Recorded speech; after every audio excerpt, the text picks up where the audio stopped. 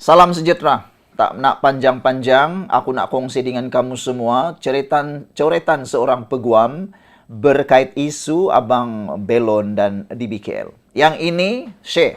Supaya semua orang tahu, ini daripada kacamata peguam. Coretan kacamata peguam berkait isu Abang Belon. Selepas daripada pembacaan ini, saya nak anda nilai sendirilah.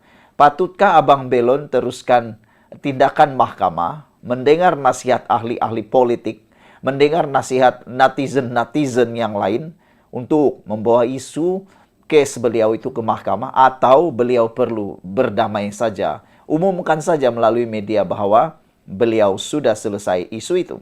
Baik, saya bacakan kepada anda. Coretan peguam ditulis oleh Muhammad Syukri Yunus di Facebook. Saya membaca berita mengenai tindakan pihak penguatkuasa DBKL terhadap peniaga tidak berlesen telah mendapat kritikan orang ramai. Izinkan saya berkongsi cerita mengenai dilema penguatkuasaan undang-undang. Persoalan sama ada undang-undang dan moral yang perlu ditegakkan sering menjadi perhatian masyarakat. Saya pernah dilantik sebagai seorang ahli majlis daerah, pihak berkuasa tempatan, dan oleh kerana saya mempunyai kelayakan undang-undang, saya dilantik sebagai pengerusi jawatan kuasa undang-undang. Saya masih ingat, ketika di dalam mesyuarat jawatan kuasa kecil kami, jawatan kuasa telah bersetuju supaya dirobohkan gerai peniaga nenas yang didirikan di bahu jalan. Asas tindakan kerana perangai dan tabiat pelanggan akan berhentikan kenderaan mereka betul-betul di hadapan gerai, dan sebahagian badan kereta masih lagi berada di atas jalan raya atau di atas jalan laluan itu. Maksud saya, badan kereta masih melepasi garisan putih di tepi jalan. Tentu kedudukan kereta mereka akan membahayakan pengguna jalan raya yang lain maupun orang yang ada dalam kenderaan mereka itu sendiri. Bayangkan dalam kenderaan itu ada anak, ada istri, keluarga mereka. Surat-surat dan notis amaran telah banyak kali dikeluarkan bagi peniaga agar memindah gerai ke belakang, namun langsung tidak diendahkan. Pada hari kejadian, penguatkuasa kemudiannya telah bertindak, merobohkan gerai berkenaan atas arahan jawatan kuasa yang saya pengerusikan. Tuan-puan boleh agak apa yang berlaku? Tindakan penguatkuasa telah mendapat halangan dan kecaman dari masyarakat setempat. Lebih diburukkan keadaan apabila wakil rakyat turut campur tangan, masuk campur agar kerja merobohkan dihentikan. Apa kata wakil rakyat kepada penguatkuasa? Apa pula kata wakil rakyat itu terhadap penguatkuasa? Mereka semua itu pengundi saya. Jadi jika dirobohkan, bukan satu undi yang hilang, bukan satu undi yang saya hilang, tetapi banyak lagi undi termasuk saudara mara peniaga ini. Nampak jelas bagaimana political mileage seorang wakil rakyat yang tidak mempertahankan penguatkuasa kerana undi. Soalan saya, tidakkah beliau faham yang jika kereta berhenti dengan sebahagian badan masih berada di jalan besar di laluan utama, jalan yang sibuk, dan jika berlaku kemalangan, maka siapa yang patut dipertanggungjawabkan? Silap-silap hari bulan, penguatkuasalah yang akan dimaki hamun, akan diserang habis-habisan sekali lagi. Adalah yang kata penguatkuasa makan gaji buta, tak menjalankan penguatkuasaan, tak menjalankan kerja, makan tulang, makan gaji buta, dan macam-macam lagi. Tapi bila menjalankan tugas, YB pula yang campur tangan. Menurut peguam ini lagi, Bukan kami tidak pernah memberi amaran dan teguran agar memindah gerai di belakang bahu jalan. Apabila kereta berhenti di hadapan kedai, ianya tidak lagi menghalang lalu lintas. Bayangkan budi bicara penguatkuasa itu.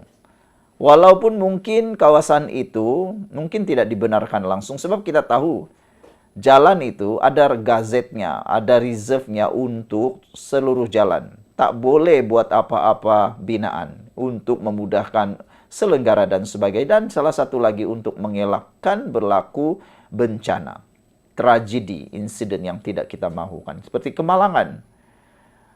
Budi bicara yang telah dinyatakan oleh peguam ini, buat pondok atau gerai tempat menjual itu, pindahkan saja ke belakang sedikit supaya tidak berlaku yang mana kereta parking separuh jalan.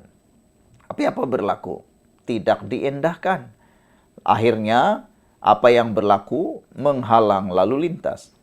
Apabila penguatkuasa meroboh gerai, netizen atau tuan kedai pula merakam video.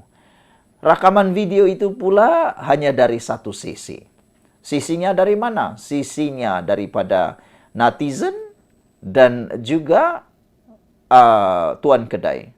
Yang mana mereka akan bermain seperti mereka jadi mangsa, play victim. Jadi sekarang yang salah sepenuhnya ialah penguatkuasa. Di mana kita punya pemikiran waras? Caption yang ditulis pasti, Majlis Daerah Zalim, Melayu hancurkan Melayu. Inikah kerajaan Islam? Kerajaan zalim dan macam-macam lagi yang ditulis netizen, kata peguam ini. Yang pasti selepas dimuat naik video berkenan, netizen akan menulis berdasarkan pandangan dan nafsu masing-masing tanpa mengetahui apa tindakan kami sebelum itu. Lebih teruk jika netizen berkenan sudah ada perasaan membenci pihak berkuasa tempatan. Ibarat tunggu mencari salah pihak berkuasa tempatan. Berjela-jelalah notis dikeluarkan, namun tidak akan diketahui netizen. Keadaan akan bertambah buruk apabila peniaga terbabit menjadi play victim.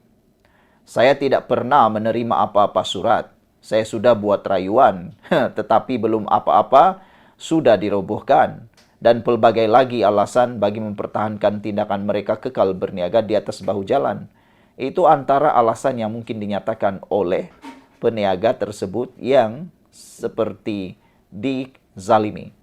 Isunya, jika berlaku kemalangan maut atau gerai dilanggar, sudah pasti pihak berkuasa tempatan yang membenarkan mereka berniaga di bahu jalan akan pula dipersalahkan. Kembali kepada perbincangan awal melibatkan DBKL. Membenarkan peniaga tanpa lesen berniaga sebenarnya kita berlaku tidak adil kepada peniaga yang berlesen, yang membayar harga tapak atau apa-apa syarat lain yang ditetapkan DBKL. Kita tidak tahu berapa kali DBKL telah memberi amaran kepada mereka. Yang kita disajikan adalah tindakan mereka mengusir dan merampas harta yang dilabelkan zalim. Bukan isu peniaga nak menjual apa. Mereka nak jual belen kah? Jual jajan kah? Tapai kah? Etek kah? Atau apa sekalipun. Kalau di tempat saya atau apa-apa, kita ada undang-undang. Itulah undang-undang. Jika undang-undang dicampur adukkan dengan moral, maka tentu sekali akan ada 1001 alasan bagi menjustifikasikan pandangan kita. Tidak ada satu jawaban mutlak. Semua jawaban netizen adalah betul. Tambahan pula, jika dalam hati kita sudah ada rasa tidak puas hati kepada DBKL atau dalam kes saya, pihak berkuasa tempatan di negeri pembangkang, maka komen netizen akan bertambah-tambah kepedasannya, umpama memberi bola tanggung. Saya sentiasa mengingatkan diri saya semasa memberi komen di laman sosial berkenan ayat Al-Quran bermaksud, dan janganlah kebencian kamu terhadap suatu kaum mendorongmu untuk bersikap tidak adil, berlakulah adil, kerana adil itu lebih dekat dengan takwa. Kata peguam ini merujuk kepada surah Al-Maidah ayat 8. Berkata benar walaupun kepada pihak yang kita tidak sukai. Salam akhir Ramadan buat semua pembaca yang saya hormati, kata HH. Sekian dulu untuk kali ini. Jangan lupa tinggalkan komen Anda. Bye-bye.